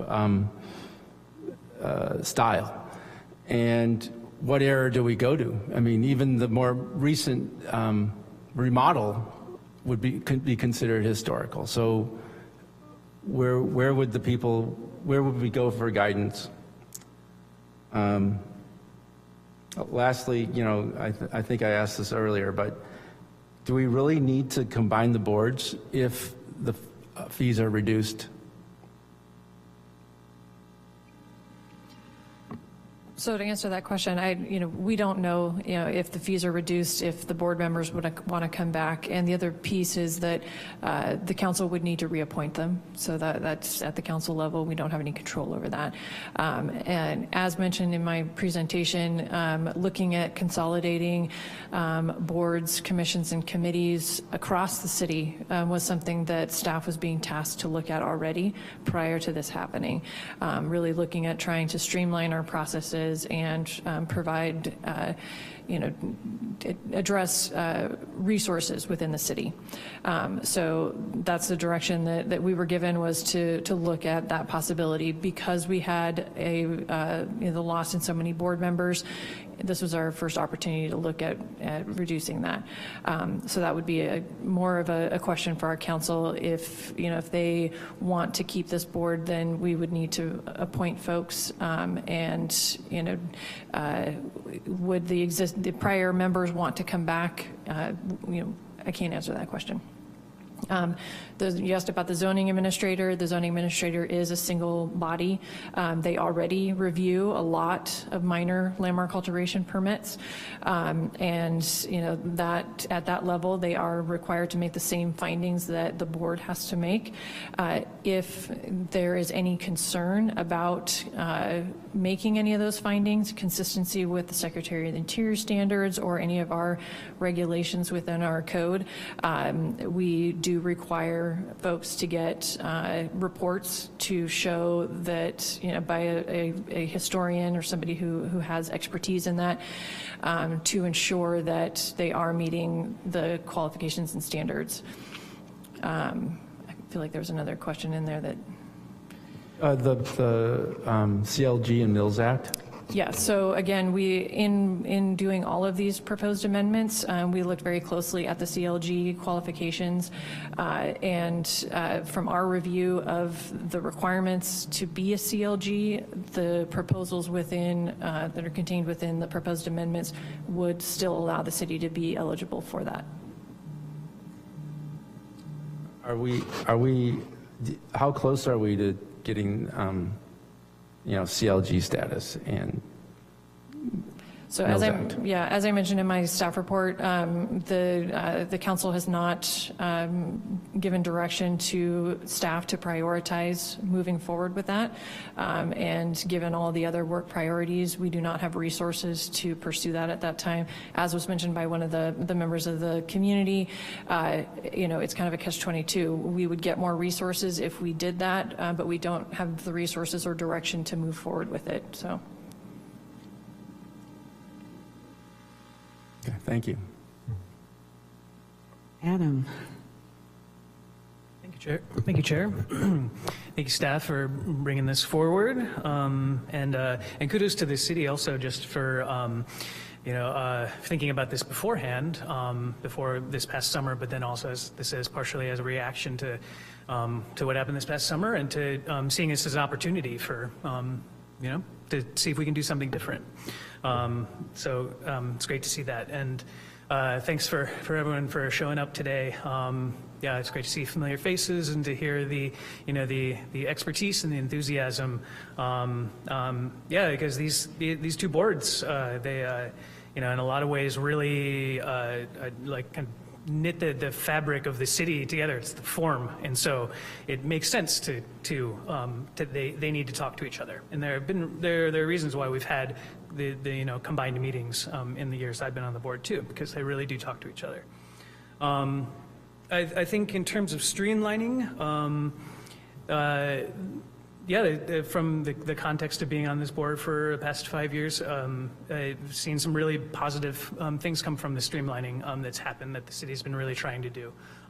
Certainly, it's always a learning process and always complicated, but we've seen things move quickly. We've seen applicants and developers be happy, and it's good. And members of the public also are appreciating this streamlining. And so seeing this as a kind of a potential next step in that could be useful.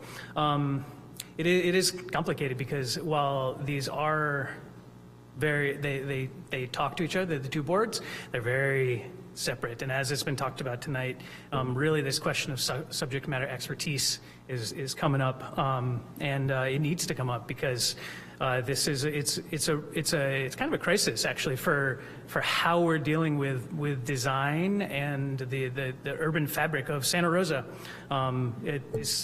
We can't be just moving forward with going with what has been done in the past or with the processes that have been happening and just getting things done. This is a way, I think, as I mentioned, the opportunity to kind of recalibrate actually what we're doing and to revitalize. Because one of the things I'm hearing both from this board and from members of the other board and from members of the public, that there's frustration with how this is all going down and how it's being communicated to the public.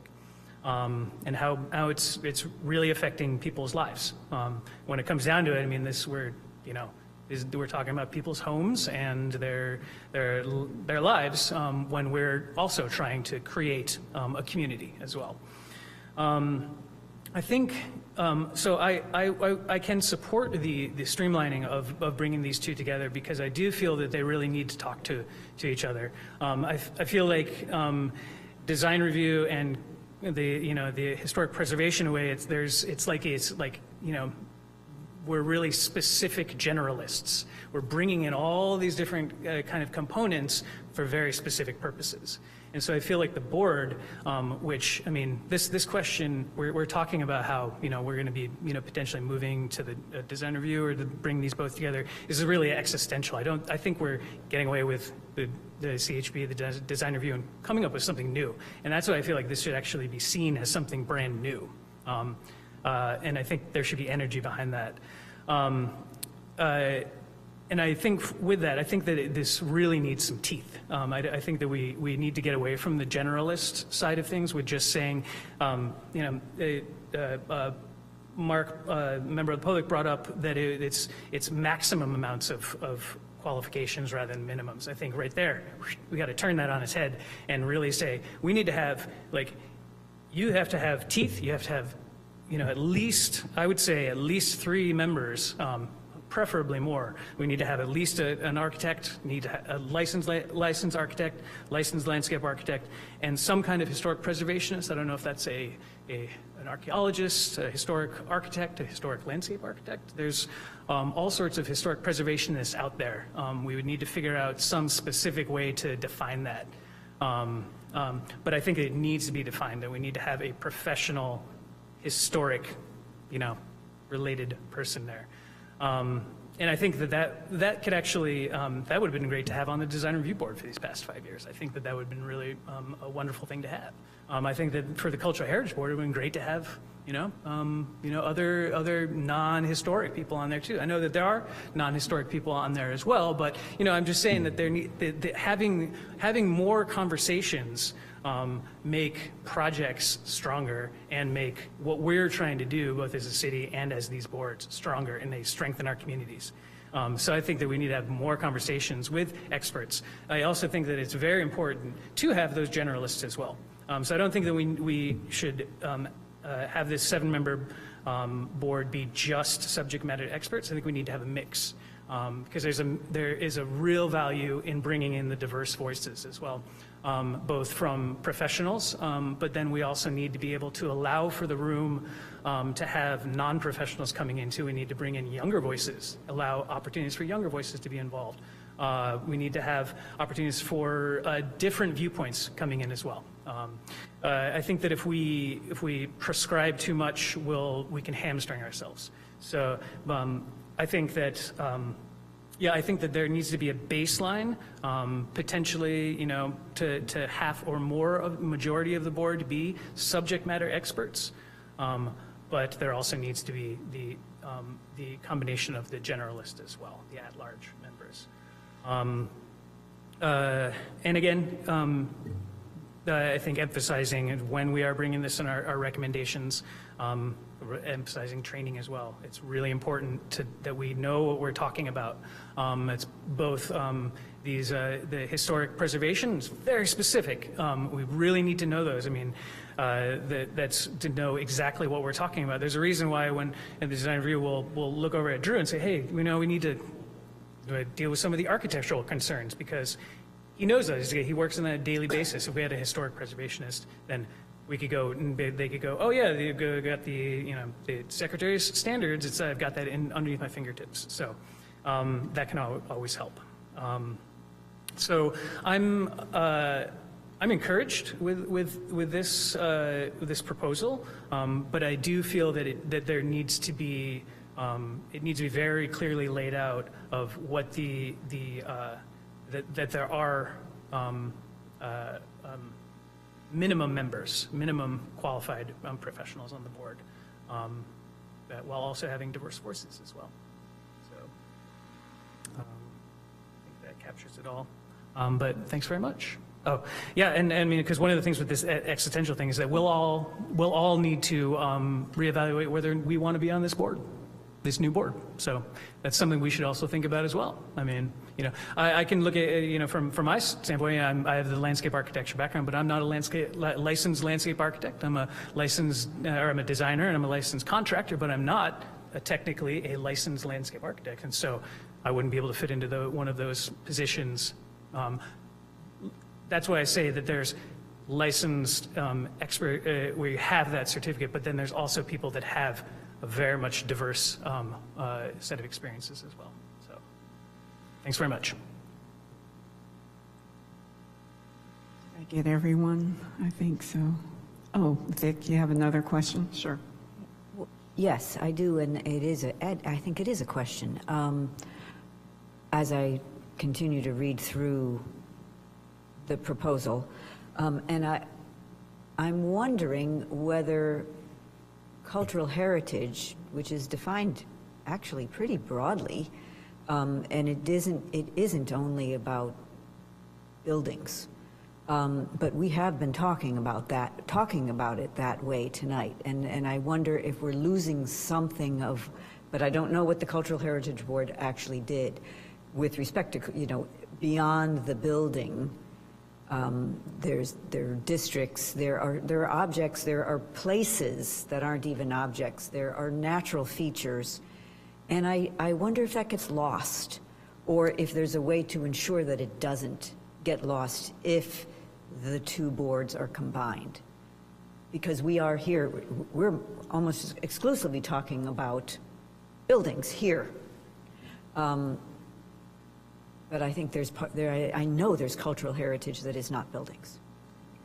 That's all. Comment, question, can we do something, make sure we don't lose that?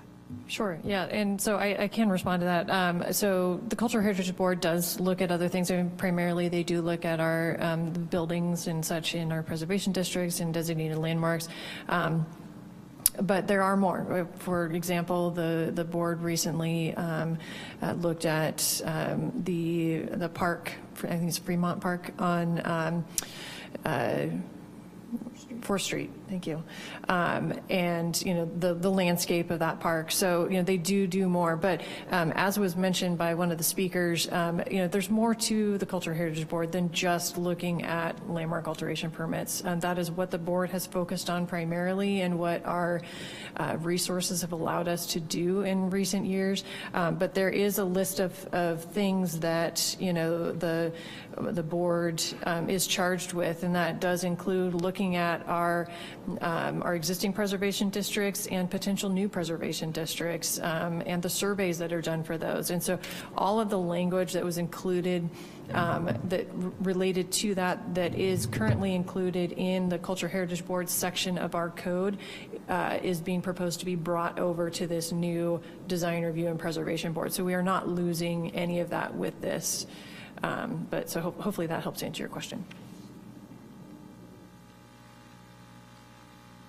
Okay, I have a couple of questions.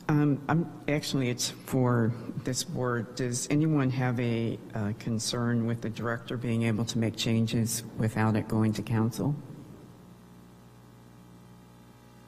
That's changes to the zoning, to the Yes. the code. I think, Yeah, it's. So for clarification, it would not be changes to the zoning code. That can only be made by council with recommendation from the planning commission. So it would be to, it's actually this document here, which is our processing review procedures for owners of historic properties. This was intended to be and is a reference document for folks who own properties and are working on properties within our preservation districts and our local landmarks. Because it was adopted by the council, changes can only be made by the council. It just makes it difficult for us. So again, it hasn't been updated in 24 years. It's quite outdated. So we want the opportunity to be able to update this as needed as things change. And so the language that is proposed for the zoning code is that it would allow the director the ability to make changes to this reference material consistent with the code, current practice, the Secretary of Interior standards, any changes that might come forward without having to go to the council first to make those changes. no. And would those changes be run by the, whatever we would be called, the Design Review Board? The Design Review and Preservation Board. I would say certainly any major changes would likely come before the board as either just an informational piece to let you know what's going on, or if necessary to get feedback from the board. But minor changes, again, right now any changes require it going to the council. So minor changes likely would not, but anything major would come before the board. Okay. And I know the drive to keep it at 7, but it sure sounds like we might need to grow that number of the size of the board to make sure that both boards are represented adequately. I have a concern that if we're just adding one additional person, that the voices will not be heard well. And this is sort of a democratic process. And so if they had a concern that the rest of us didn't feel, that I wouldn't want them to feel overshadowed, but so somehow it needs to be balanced a little bit more. I know it's, each city council person represents, selects someone, but I think if you're combining boards, then maybe that number should be expanded.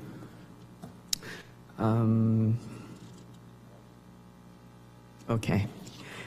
And Drew likes it, so that's good. But I also want to thank everybody who made their comments, because you can feel the passion in the delivery and the concern that you have about this process. And I don't think I have anything else other than the fact to reiterate that training is essential for all parties involved, and hopefully that would be, if this moves forward, we'd be given ample time to get up to speed, and hopefully people stay on the board and continue the good work that we've been doing. Does anyone have any final comments or recommendations? Do we need a motion? I don't think so. No motion, but just want to thank all of you for all of your very thoughtful comments. It's extremely appreciated, and also want to thank the community who came out, and all of those comments were greatly appreciated. Thank you.